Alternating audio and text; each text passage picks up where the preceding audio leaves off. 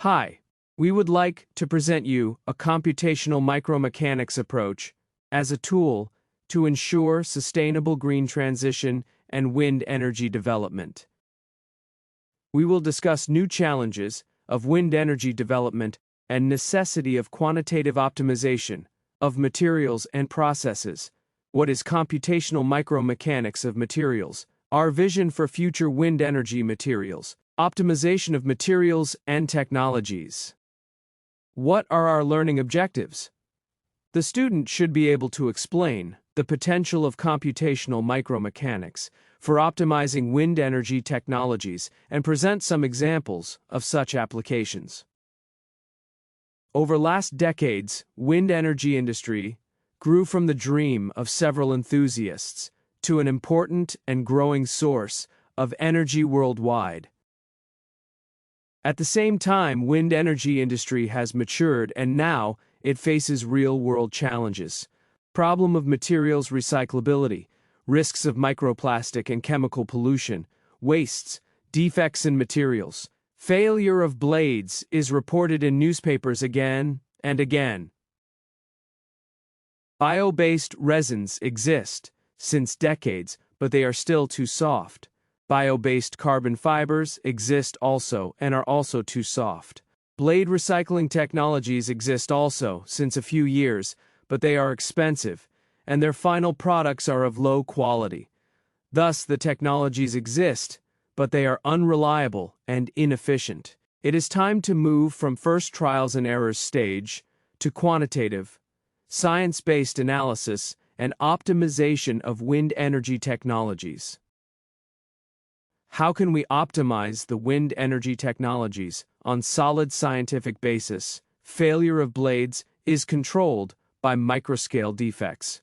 Recycling is also controlled by dissolution of polymer chains. Microplastic emission is caused by spalling microscale plastic particles. In other words, all the important processes are controlled by microscale material level effects. Computational materials science is the tool for the quantitative analysis and optimization of wind energy technologies. Since we deal with long-term processes, not milliseconds, the tool of choice of computational micromechanics. What is computational micromechanics of materials? The resource of the optimization of the wind blade materials and technologies lies in their microscale structures and processes. If we prevent formation of microscale defects, the reliability of structures becomes infinite. First, one has to know microscale structures of the materials. Using microscopy and microtesting, we determine the local structures. Evolving structures like cracks, dissolving or solidifying elements are especially important. Using the tools of mechanics of materials, one simulates the material behavior and tests various microstructures. Biomimicking can give us the hints to optimize materials. All this leads to exact prediction of material performance and allows optimization of materials and technologies. How does it work?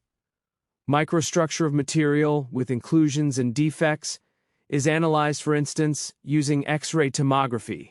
Relevant scales of the analysis are identified, for instance, fibers and inner fiber distances, on microscale level or full-scale blade at macroscale level. Then, the structure is digitized and idealized, and regularities are established. The availability of periodic structures or other regularities allows design of representative volume element of the material. Material behavior of each component is described by constitutive law. Solving the equilibrium equations, one can predict the material behavior for given microstructure. Varying the microstructure, one can therefore optimize the material behavior and strength.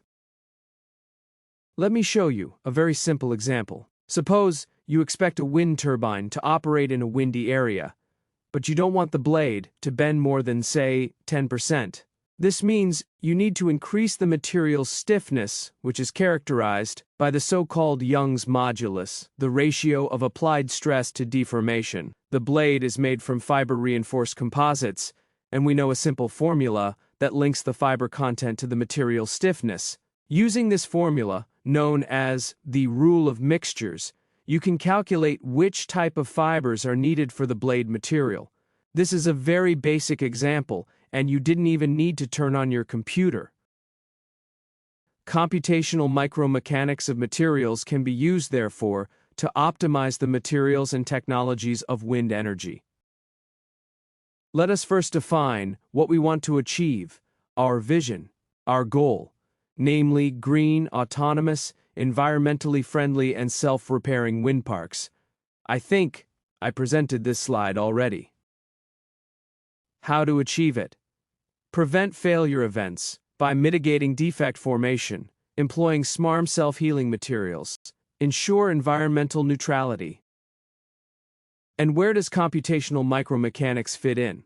Let us list some steps. Understand mechanisms and physics, how blades fail, how composites are dissolved during recycling, optimize materials and processes, which microstructure gives highest strength, how to recycle composite most efficiently, development of new smart materials and processes. Let us look how we can better understand mechanisms of wind turbine failure as an example.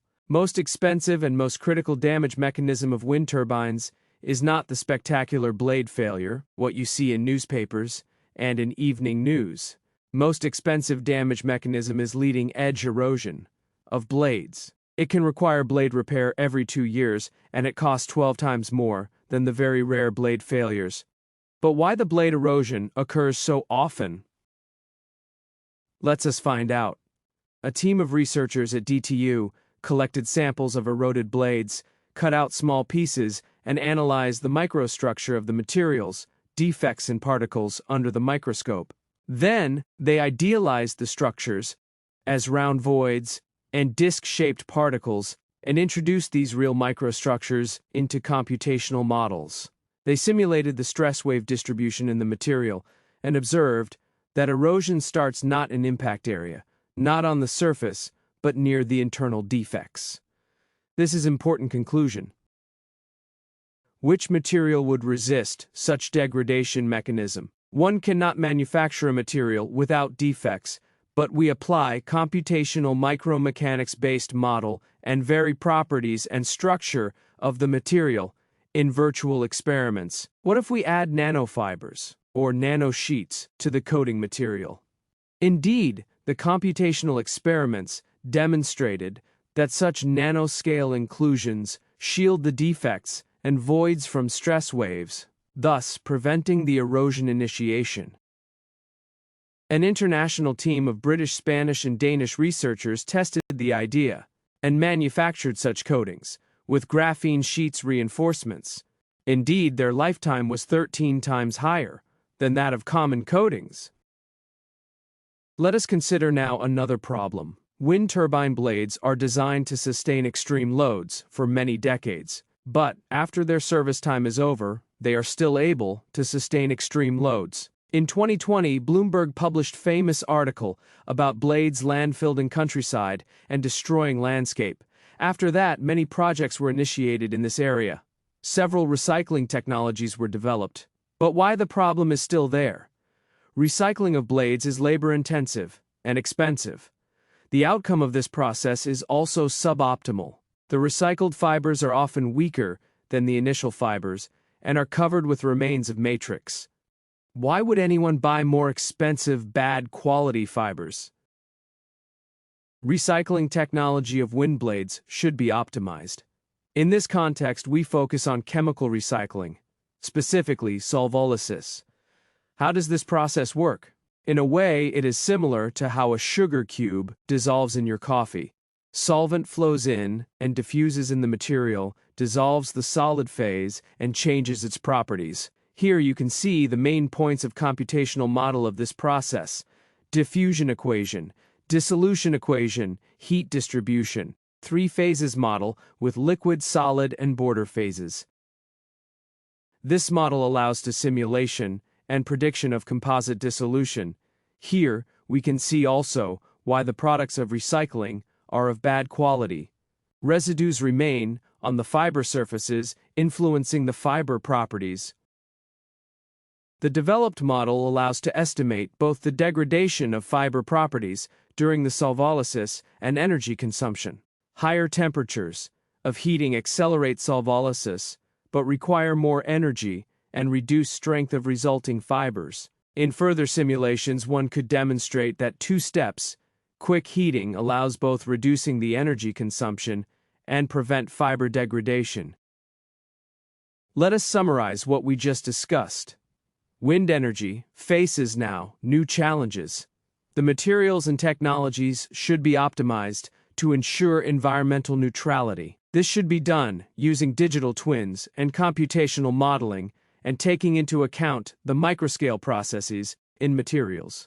This can be done using the computational micromechanics tools. Two examples were presented: erosion protection and recycling optimization. Can you imagine other cases where micromechanics toolbox can be helpful? Again, let us go over the main points.